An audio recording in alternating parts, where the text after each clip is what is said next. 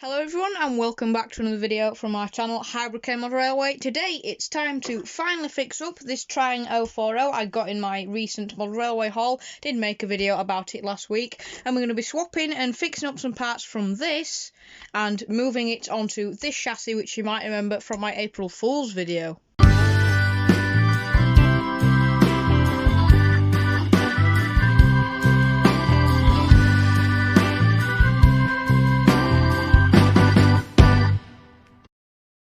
So I did mention in the video last week that this week we would, or next week, if you're viewing it from the perspective of last week's video, we would be fixing up this model. Now, you will all probably remember this from my April Fool's video where I dropped it and pretended the motor disintegrated and threw darts, etc. In fact, there is a mark there from where the dart went, but it's not really noticeable when it's running around a track. So I've decided I will fix this up. I don't think this is actually a proper Triang made body. As far as I'm aware, Triang didn't make LMS5 bodies, so I think somebody's had a go at repainting this, or maybe this is just an uncommon Triang 040 body. I do believe this one said Nelly on the side. I explained in the other video that if it's got wear on the roof where you don't even pick it up by the roof, and you can imagine the sort of wear on the nameplates that would have been here if you pick it up from the side tanks like that.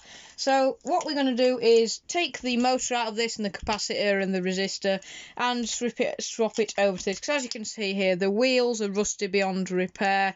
It hasn't got any pickups in, there's fluff everywhere, the body's pretty much unusable, there's loads of rust on the coupling rods, and the wheels feel quite stiff. So I thought, you know what, we'll just pinch bits of this and transfer it over to here, and hopefully by the end of this video we'll have a fully working locomotive. So first of all, I'm going to start by taking the body screw out. This is the body screw for the other one. I thought I'd lost it or it had dropped out, but when I pulled out my workbench to start making this video, I remembered that I'd taken the body screw out to have a look before. And I think I've just lost the body screw for this one. Have I? I shall have a look for that later, but I shall just use this body screw here because that's the one that we've got. It seems to have gone missing. Have I just dropped the other one? Doesn't really matter because I've already got that one that's there, but yeah, I'll have a look for that later. I'll make sure it's not on me. No, it's not. Anyway, doesn't matter, we've still got a body screw there. So as you can see here, this was what was in the April Fool's video. I pretended to bodge this motor in, didn't I, and all that lot. So this is all still here from the April Fool's video, which is months and months and months ago, and it's still nice and clean. The wheels need a bit of tea-cutting and a bit of oiling, but other than that, they look okay. So that motor can go back in my spare parts box. We'll just give it a bit of a brush out with the end of this paintbrush. Other than that, looks pretty clean. Coupling rods are all nice. The wheels just need a bit of a tea-cut, just to make sure they're conducting nicely. Pickups might need a little bit of a sand or just a scrape with the end of a screwdriver or something like that. But yeah, shouldn't need too much work doing. It's more of a case of just swapping everything over. So I think that wire's long enough for the motor. We can always add another one from my endless supply of wire. So, there's the body screw. That's where it went. It dropped just into there. So we will use the original one that came with that body. So that chassis can be moved out of the way for the moment. I'll take that body off and I'll probably just keep that or sell it for somebody who wants to have a go at doing it or whatever. The magnet on this one is actually pretty strong, I think. That's not really the best screwdriver to do this, so I'll reach over and get my other one, which is this one here. This one's better for testing magnets. You can see that's quite strong. I can easily lift the body from its side up with this, so I think that's perfectly strong enough. Can't quite lift the model up by the screwdriver, but there is a fair amount of magnetism there, and in fact, if you do it right, you can lift it up. So I think that magnet, I don't think this motor's actually been used that much. The commutator's dirty, but the magnet is nice and strong, so that's very good. So we will unsolder everything.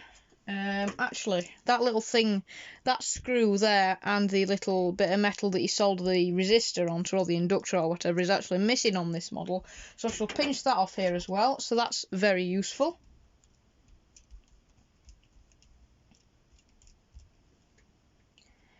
So we shall take that off. I might even sand that screw a bit to make sure it's conducting properly.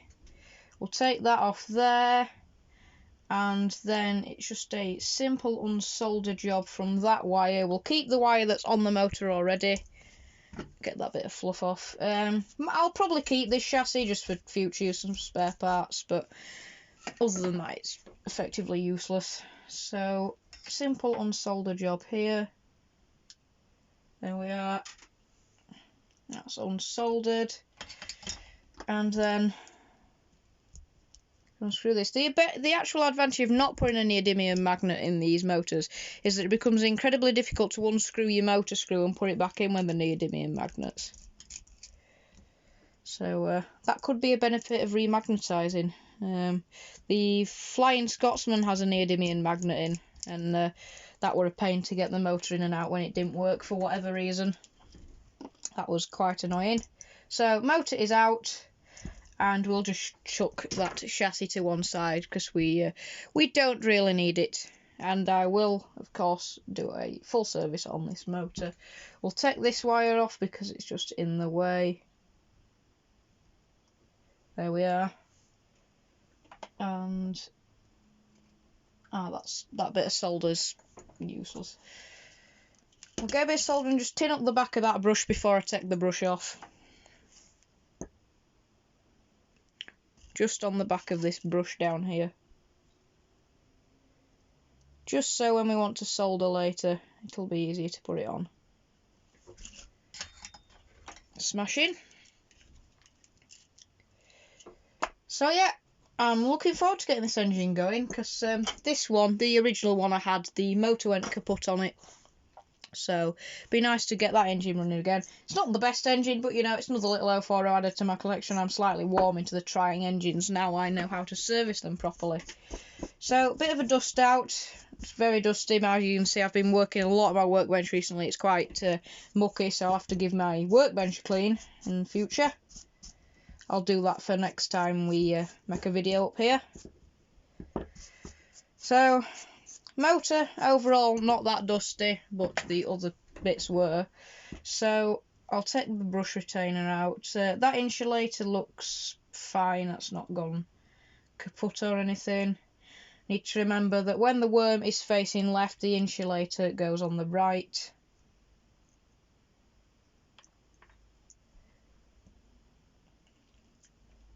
And the brushes are looking quite dirty. And that goes on the right as well. So I shall get the tea towel for my hands actually, because always getting my hands dirty. So I've got to keep them clean, especially for the body. So I won't bother taking the magnet out. It's not really necessary. It needs a lot of oil, this, just by spinning it. You might be able to hear if I put it next to the microphone. That's making quite a lot of noise, which suggests maybe a worn out bearing. Maybe somebody's put a new magnet in this. Maybe this motor has been run quite a lot. But if you have a listen, just from spinning it by hand, that's quite noisy. So maybe I haven't got lucky with the bearings like I did with the Flying Scotsman. Maybe I haven't got lucky. But anyway, doesn't matter. I'll soak all the pads through with oil, and hopefully that'll get it going okay. So it's tea cut time. Would use the wire brush, but I've given it back to my granddad now, along with the small drill that I used. So it's tea cut only from this point on. Should clean it up fairly nicely. So it's not perfect, but I think it shall be good enough. I'll zoom out so you can see. You can probably just see there. Nice and shiny. Still a couple of black spots, but I think that'll be perfect for what we need. It's the cleanest where the brushes will run, so that is good. I'll clean the brushes as well.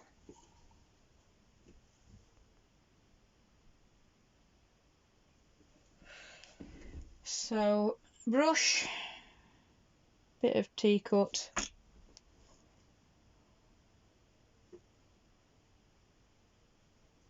polish, or wipe it off.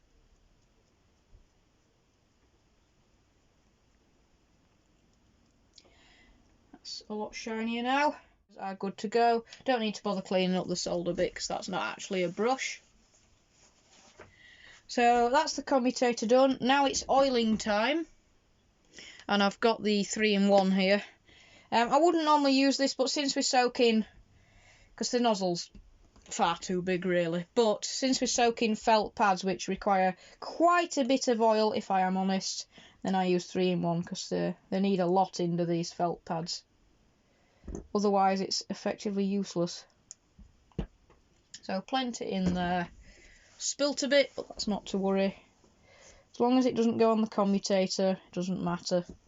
If it goes on the armature, it doesn't really matter either. It's insulated wire anyway, so.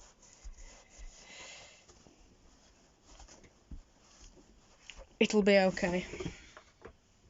So we'll work that in just by spinning it by hand. Noise seems to have got quieter already, which is excellent. Bearings will be very dry. More oil on these pads at the front. This is an XO4 motor because it's got the oiling pads. The XO3s don't have the oiling pads. The Flying Scotsman I have is an XO3 motor. It doesn't have the oiling pads, just like a brass bushing at front and back. So I think the XO3 came before the XO4. I do like the oiling pads idea. It means it keeps it constantly lubricated, which is a very good feature. It's like in a car when you have the oil pump and the oil system that keeps oil circulating. It's like that, but just for a little model train. So I'll just get my oiling pen and add some oil just in front of the commutator because the felt pads is just on the front. I'll be careful not to get any oil on the commutator whatsoever, otherwise it will be ruined. I do appreciate you can't see this, just that I need to see it. I've found if you turn my oiling pen upside down and then turn it the right way up, you get a blob of oil form at the end. Which is perfect for getting into space like that rather than repeatedly stabbing it up and down. So that's all good. Put the pen back. And not let it roll about because this workbench is quite rickety, and if it doesn't support itself then it just rolls about and makes a horrible noise. Give it a spin by hand to work that in. And actually, if I do this next to the camera, you should be able to hear this is a lot quieter.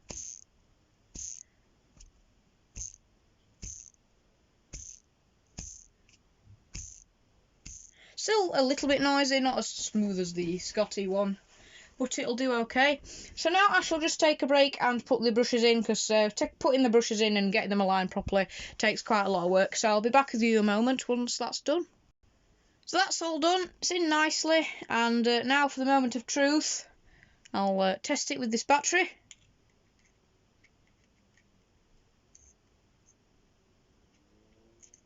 Oh god, what's going on here? Have I not got it connected properly? Ah, it's the battery catching on the terminals which is moving the brushes out of the way.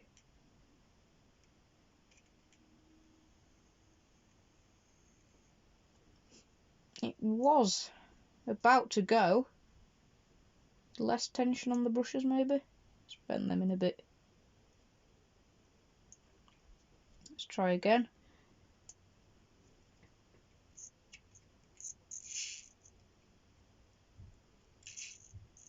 It is, it's the brushes. When I put the battery on, the brush contacts sort of splay apart, which means it's not touching the commutator. There we are. Not actually that noisy.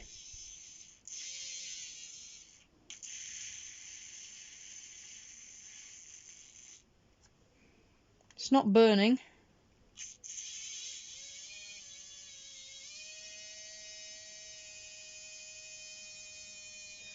Looks like we've got a nice and strong running motor there, judging by the sound. Very good, that is very good to hear. So I think we're on the home straight now. with not much more work to do, tried to leave this video as you know, live as possible, so you can see exactly everything that I do. So yeah. So, chassis, motor, the gear should mesh with this one because it's standard fit, really.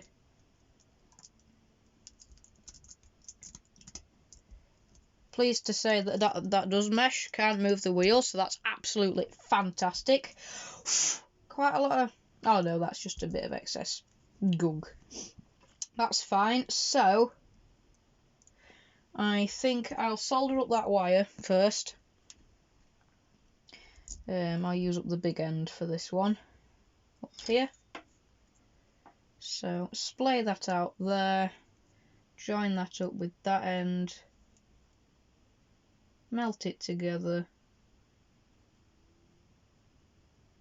In fact, what I shall do is I shall tin this end up first. I don't really want to get any more wire out because that's just been wasteful. I shall use what I have and tin up these ends with some nice new fresh solder. Wrap that back round, bung it there. So, end there, solder, melt together, blow on it so it joins. Then this wire goes to the back of the motor here. That wire just goes to the back contact there. I don't know how well you can see this, but I think you know what I mean, don't you? So we can solder that there. Blowing it to cool it down quicker. That's soldered on there, and I'll get a bit of electric tape and just get that out of the way there. Just move it to the side. If you are going to electric tape your things so your wires aren't getting in the way, just make sure it's not obstructing that wheel, the worm gear there, or it's not in front of the brush there, because that will affect it. So I will put some electric tape on that later. I might not actually have to because I've just put the wire in between there and it's kept it nice and in place, but I might just put some electric tape on anyway. So I think now I can screw the motor in with the motor screw. So I'll put that in now,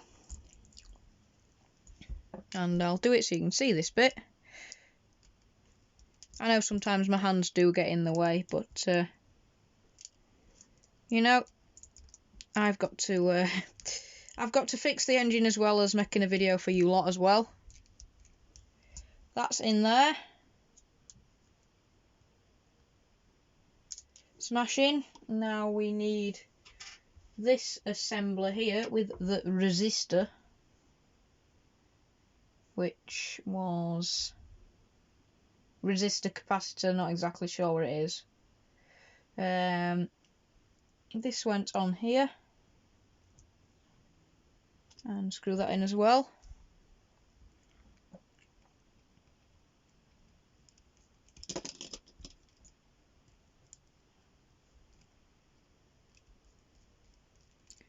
Screw it in nice and tight so it makes good contact with the chassis.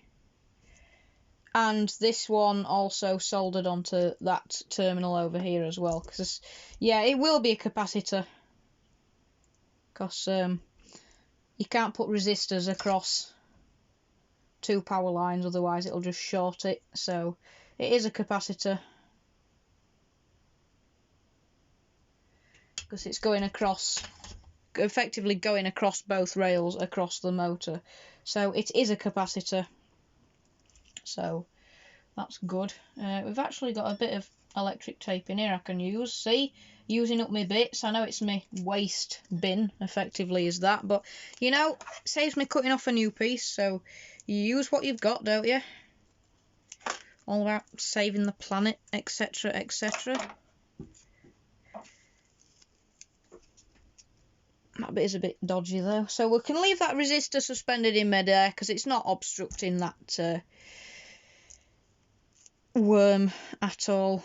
I'll put some tape on just to secure that, and it should work. I don't know how strong this battery is. I mean, it did the motor okay. So I think the wheels do need a bit of a clean.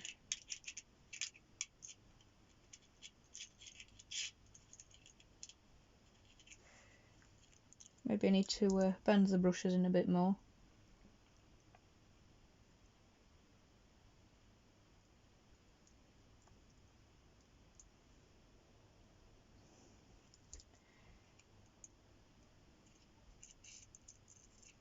I think everything just needs a bit of a run in, possibly.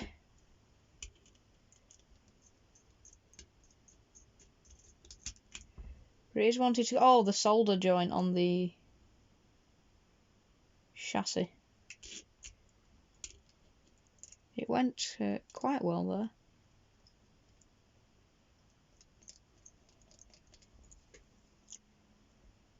So it is wanting to go. Just not all the time.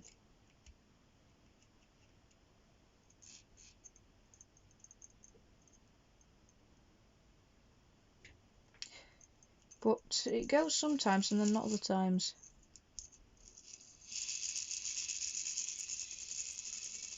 Maybe it just needs a bit of a run in.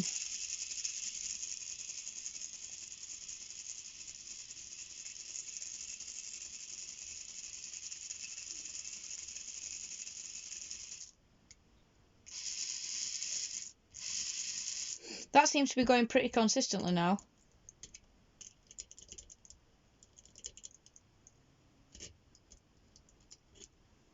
Well, it was. It is. I think the wheels just need a bit of a clean. So I think I shall clean the wheels. I won't dare show you it on camera because I'll get shouted at by angry people saying, this video is long enough already, why are you showing us cleaning the wheels? So I'll clean the wheels and I'll get right back to you, and hopefully it'll be all running, then I can show you it on the layout. And I've replaced my cotton buds, finally.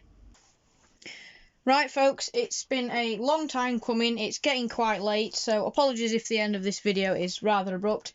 So as you know, I've swapped everything over, I've cleaned the wheels. The pickup wire, which I can try and dig out, disintegrated when I opened the bottom. I opened the bottom here to look at the pickups, and the pickup wire just disintegrated when I opened it.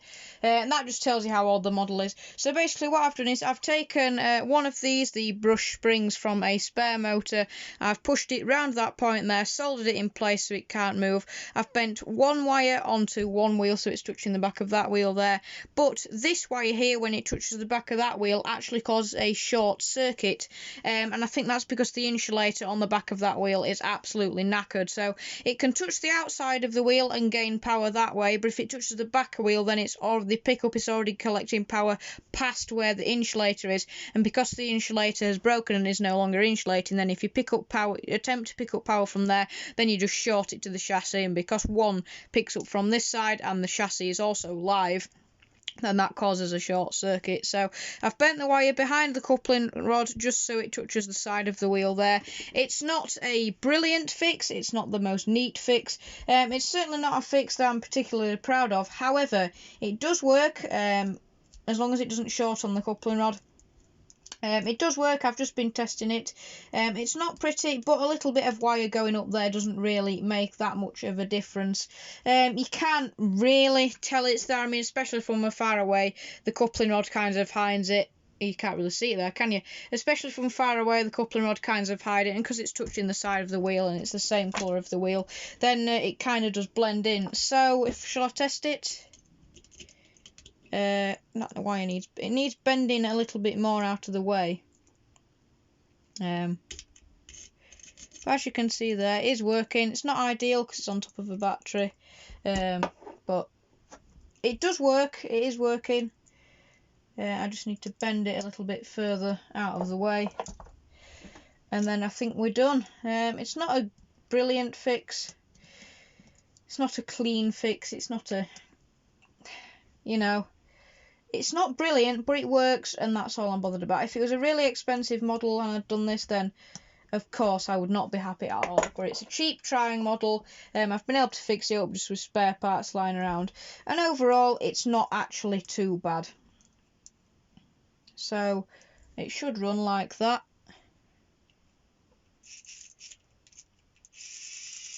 Yeah, so it's running there. The brushes keep coming loose, that's another thing.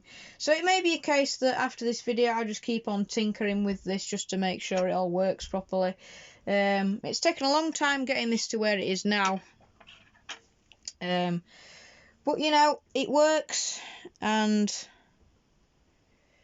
it works relatively okay. It just needs a little bit of tinkering, like with the Flying Scotsman, just to get it working just well enough. So yeah, so what I shall do is I shall put the brushes back in because I've been fiddling about with it and it's all come apart. I shall modify the pickups a little bit more, and then I'll show you it's on the track running. So then here it is down onto the track, and as you can see on the track, you can't really see that little wire down there. I have tested it just before I ran this on camera. Before I will ram it on this camera, just to make sure it works.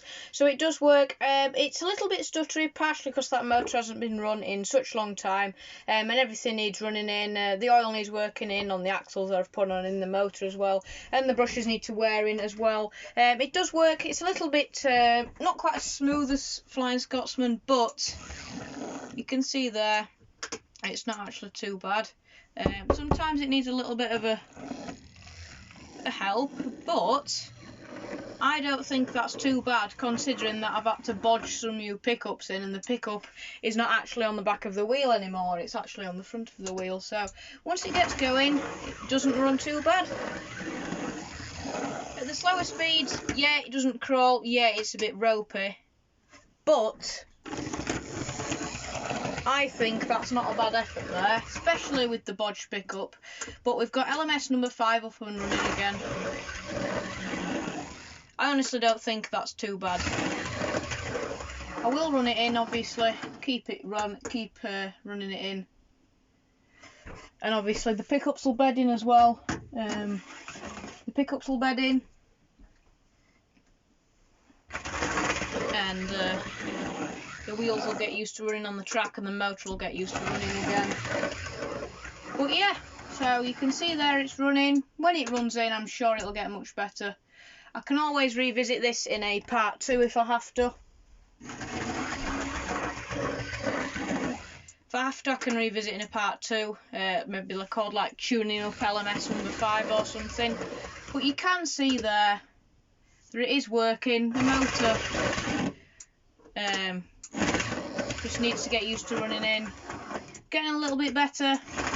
Pickups will need to wear in. But other than that, I don't think we've done too badly there. The bodge pickup is working quite well. You can barely see it against the wheel because it's the same colour.